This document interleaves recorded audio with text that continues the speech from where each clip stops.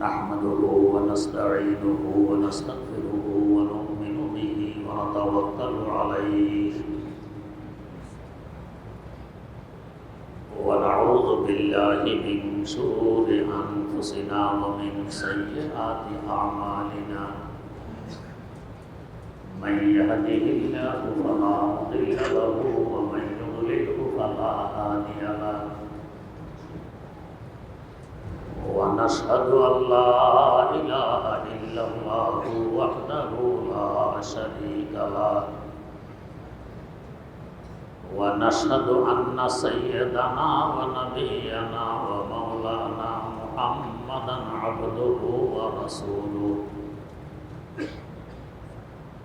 أرسله بالحق بشيرا ونذيرا وداعيا إلى الله بإذنه وسراجا منيرا صلى الله تعالى عليه وعلى آله وأصحابه وسلم تسليما كثيرا كثيرا أما بعد فأعوذ بالله من الشيطان الرجيم بسم الله الرحمن الرحيم وإذ قال إبراهيم رب اجعل هذا بلدا آمنا وارزق أهله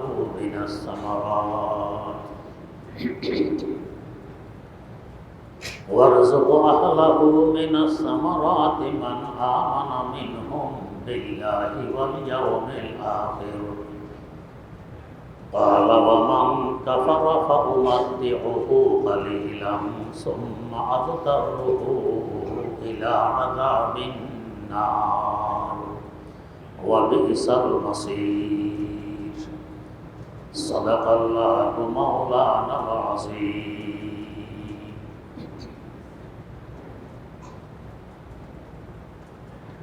হজের তাৎপর্য সম্পর্কে আলোচনা করতে গিয়ে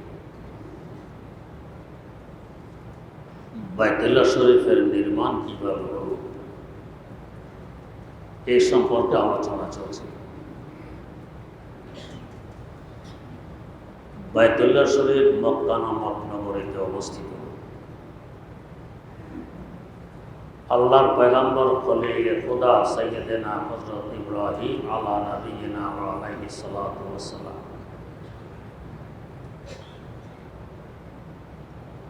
বাইতুল্লাহ নির্মাণ তো করলেন এমন এক জায়গায় যেখানে কোনো শহর নেই, জনবসতি নেই, কিন্তু দোয়া করতেছেন কি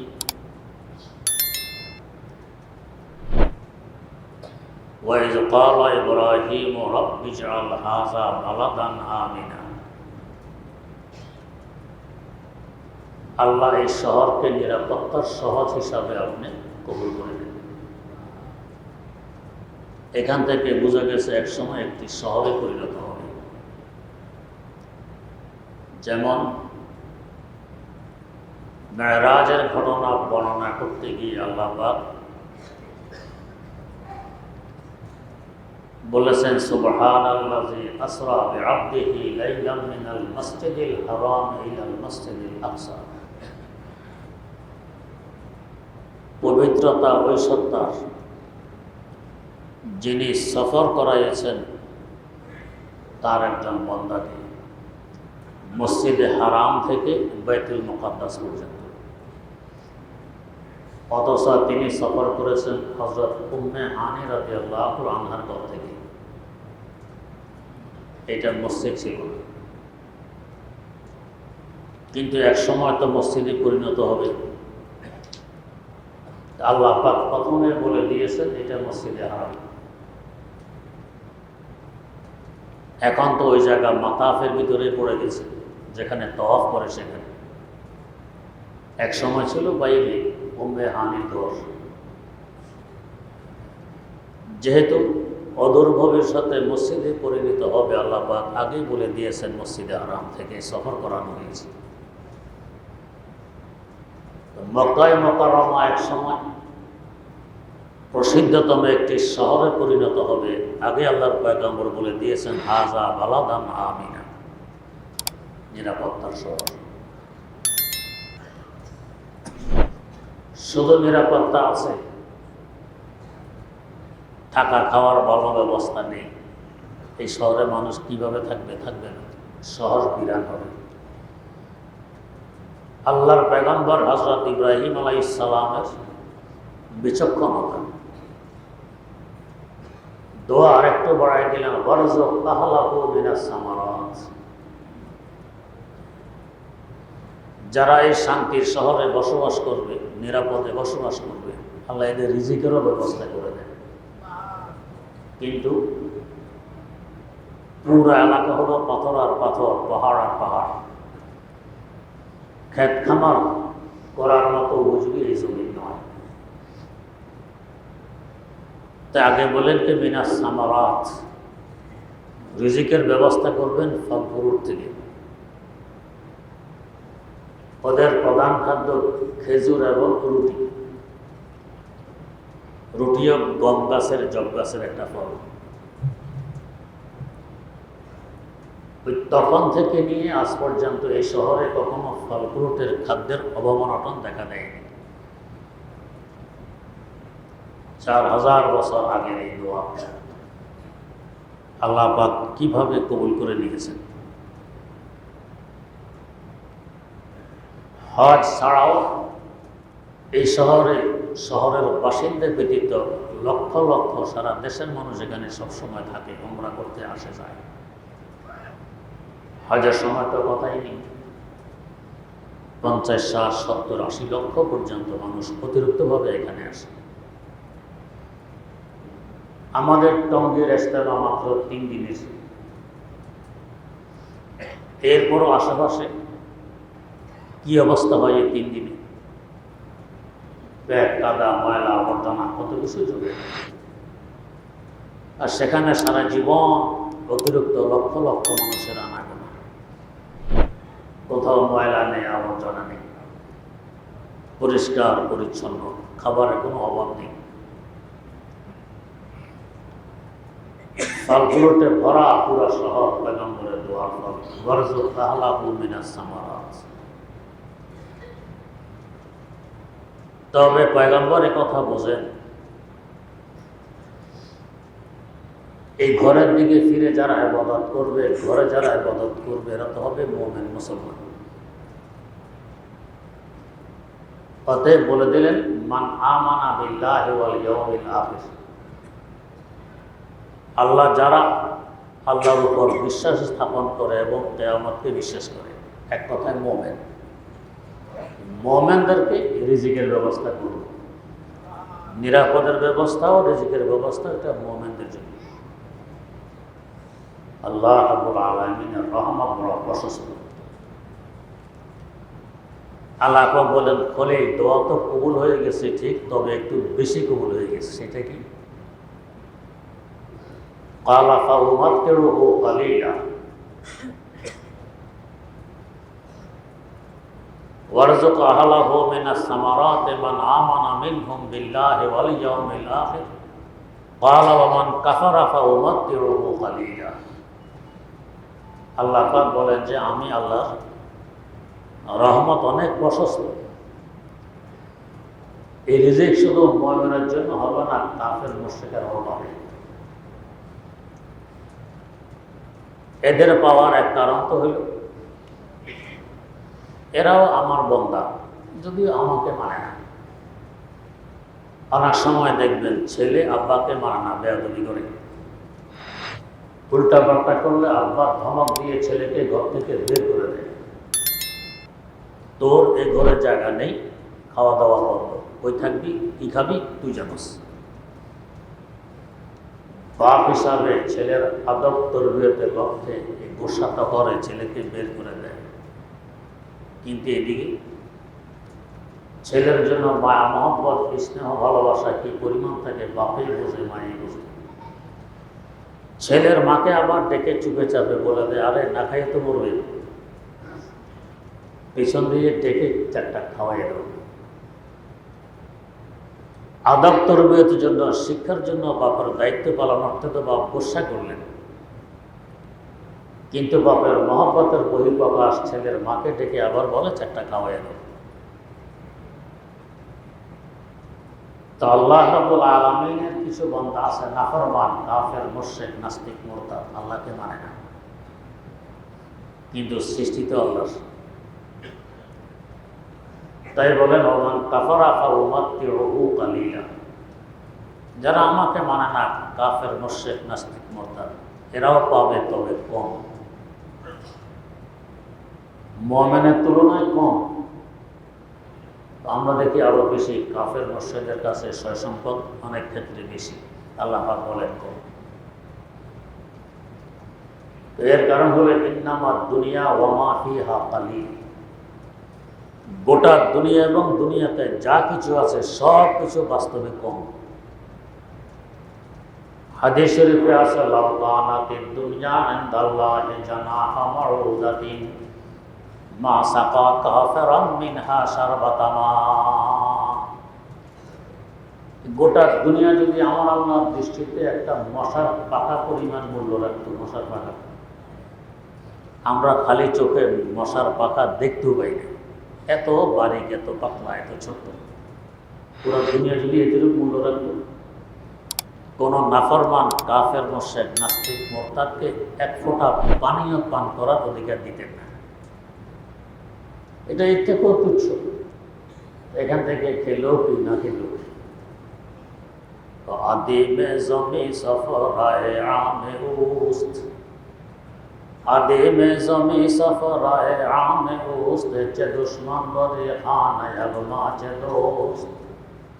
দস্তরখান বিছিয়ে রেখেছেন, দোস্ত আসলেও খেতে পাবে, দুশ্মন আসলেও খেতে পাবে, কারো বাধা নিষেধ নেই। তো যেহেতু দুনিয়া এবং দুনিয়াতে যা কিছু আছে এটা শুধু কম নয়, অতি কম, স্বল্প, এই হিসাবে এরাও খেয়ে যাবে, অল্প খেলে কিছু আসে যায় না। আপনার বাড়িতে বিশাল বড়ই গাছ, আম গাছ, পশু পাখি, বাদুর, এরা কিছু বড়ই রাত্রে কিছু অংশ খায়, কিছু অংশ নিচে পড়ে যায়। গ্রামের ছেলেরা এসে এগুলো কুড়িয়ে নিয়ে যায়, আপনি বাধা দেন না কেন? এগুলো আপনার দৃষ্টিতে তুচ্ছ, গাউয়া, পশু পাখি কিছু খেয়ে ফেলেছে, এগুলো আমার বাচ্চারা খাবে না, ওরা তো সলিড খাবে। বাধা দেন না কেন? আপনার কাছে এগুলোর মূল্য নেই। তো আমার আল্লাহর কাছে দুনিয়ার মূল্য মশার পাখা থেকেও আরো কম, এই জন্য বাধা নিষেধ নেই, তো খাও, এটা কম। আর মুমিনের জন্য এখানেও কিছু অংশ আছে, আখিরাতে বিশাল অংশ আছে, সব মিলাইলে অনেক বেশি। কাফের মুশরিকরাও পাবে রিজিকের ভাগ, তবে কম। ওমান কাফারা ফাউমাত্তিউহু কালিলা। দুনিয়াতে এদের অর্থ সম্পদ, ধনবল, জনবল, ক্ষমতা বল, এগুলো দেখে তো ধোঁকা খেতে পারে। বোধহয় পাক এদের ব্যাপারে বেশি সদয়, ওরা মনে হয় সঠিক রাস্তায় আছে। আগে বলতেছেন না, সুম্মা আস্তাগফিরু ইলা আযাবিন নার ওয়া বিসাল মাসির। এখানে রিজিকের একটি ভাগ পাবে ঠিক, কিন্তু এরপরে এদেরকে আমি নিয়ে যাবো জাহান্নামে। ঠিকানা বড় কঠিন, ঠিকানা ভয়াবহ ঠিকানা, ওখানে নিয়ে যাবো। তাই ধোঁকা খাওয়ার কোনো অবকাশ নেই। আল্লাহর পয়গম্বর রহমত, বরকত, হেদায়েতের কেন্দ্র নির্মাণ করার পর একটা দোয়া করুন, আল্লাহ আমাদের এই কাজটাকে কবুল করে নেন। 2 নম্বর দোয়া, এই শহরকে আপনি আমা নিরাপত্তার শহর হিসাবে কবুল করে নেন, এবং শহরের বাসিন্দাদেরকে, চাই স্থায়ী বাসিন্দা হোক, চাই অস্থায়ী বাসিন্দা হোক, সবাইকে ফল ফ্রুটের মাধ্যমে আপনি রিজিকের ব্যবস্থা করে দেন, যাতে রিজিকের কোনো অনটন এখানে না হয়। আজ পর্যন্ত চলতেছে। এখান থেকে বোঝা যায় যেখানে আল্লাহর ঘর নির্মাণ হয়, প্রথম তো দোয়া করা চাই, আল্লাহ যাদের মাধ্যমে নির্মাণ হয়েছে, আল্লাহ মেহেরবানি করে আপনি এটাকে কবুল করে নেন। দোয়া করতে হবে। আমার কৃতিত্ব আমি করেছি, এটা প্রকাশ করলে সব জ্বলে গেল, আমার মেহনত করাইছেন আল্লাহ। এখান থেকে আরেকটা কথা বোঝা যায়, এই আল্লাহর ঘরের আশেপাশে যারা বসবাস করে রহমতের বড় ভাগ তারা পায়। এদের সাধারণত রিজিকের অভাব হয় না যদি ঘরের সাথে সম্পর্ক রাখে, যেহেতু রহমতের কেন্দ্র আল্লাহর ঘর। এটার সাথে যাদের সম্পর্ক আছে ইখলাসের সাথে, এদের রিজিকের সমস্যা হবে না, নিরাপত্তারও সমস্যা হবে না। মসজিদ একটি মাহফুজ নিরাপদ জায়গা। যখন কোনো মুসিবত, আন্ধি, তুফান ইত্যাদি দেখা দিত, রাসূলুল্লাহ সাল্লাল্লাহু আলাইহি ওয়াসাল্লাম দৌড়িয়ে মসজিদে চলে আসতেন। এটা নিরাপদ স্থান, রহমতের জায়গা। এখানে আল্লাহ পাকের গজব আসবে না, আসবে শুধু রহমত। তো বাইতুল্লাহ শরীফ এবং বাইতুল্লাহ শাখা সারা দুনিয়ার যত মসজিদগুলো আছে সব তো বাইতুল্লাহর দিকে ফিরে আছে। এগুলো হলো ব্রাঞ্চ অফিস। বড় আকারে রহমত তো অবতীর্ণ হয় বাইতুল্লাহ, রহমত অবতীর্ণ হয় বাইতুল্লাহ, হেদায়েতের আসল কেন্দ্র, হেডকোয়ার্টার বাইতুল্লাহ। সেখান থেকে বন্টন হয়ে সারা দুনিয়ায় ছড়িয়ে পড়ে মসজিদগুলোকে কেন্দ্র করে। যেখানে দিন আছে, দিনের কেন্দ্র আছে, দিনের তালিম আছে, দিনের শিক্ষা আছে, সেখানে রহমতগুলো বন্টন করে আসে। এখান থেকে ছড়িয়ে পড়ে চতুর্দিকে যারা যে পরিমাণ ওই কেন্দ্রের সাথে সম্পর্ক রাখে ওই পরিমাণ। হ্যাঁ, যারা সম্পর্ক রাখে না, ওমান কাফারা, বিদ্বেষ পোষণ করে, আল্লাহ পাক এদেরকেও দেয়, তবে কম। এদেরকেও দেয়, তবে কম। শেষ পরিণতি কি? সুম্মা আস্তারহু ইলা আযাবিন নার ওয়া বিসাল মাসির। নিয়ে যাব জাহান্নামে, এটা বড় খারাপ ঠিকানা। আলহামদুলিল্লাহ, আল্লাহ রাব্বুল আলামিনের অশেষ মেহেরবানি, বহুদিনের প্রতীক্ষা, বহুদিনের দোয়া, বহু চেষ্টা প্রচেষ্টার পর এখানেও একটি রহমতের কেন্দ্র, মসজিদ নির্মাণ কাজ চলছে। আমাদের কল্পনারও বাইরে আল্লাহ পাক বিশাল আকারে একটি মসজিদ শুরু করাই দিয়েছেন। যখন শুরু হয় মসজিদের ফান্ড, যাদের মাধ্যমে আল্লাহ পাক শুরু করেছেন তাদের কাছে ছিল না। একমাত্র আল্লাহ রাব্বুল আলামিনের উপর ভরসা করেই কাজটা শুরু করা হয়েছে। বিদেশি কোনো সংস্থা বা দেশি কোনো সংস্থা কারো অবদান নেই। আপনাদের মতো ভালো মানুষদের এই অবদানে এই পর্যন্ত কাজ হয়েছে। এখন আপনারা দেখতেছেন মসজিদের ছাদের কাজ চলমান, আলহামদুলিল্লাহ দ্রুত গতিতে চলছে। প্রায় উপরের তলার 55% ছাদ হয়ে গেছে, কারণ 45% ছাদ আশা করি আগামী 13 তারিখ ওরা ডেট দিয়েছে ঢালাই হবে।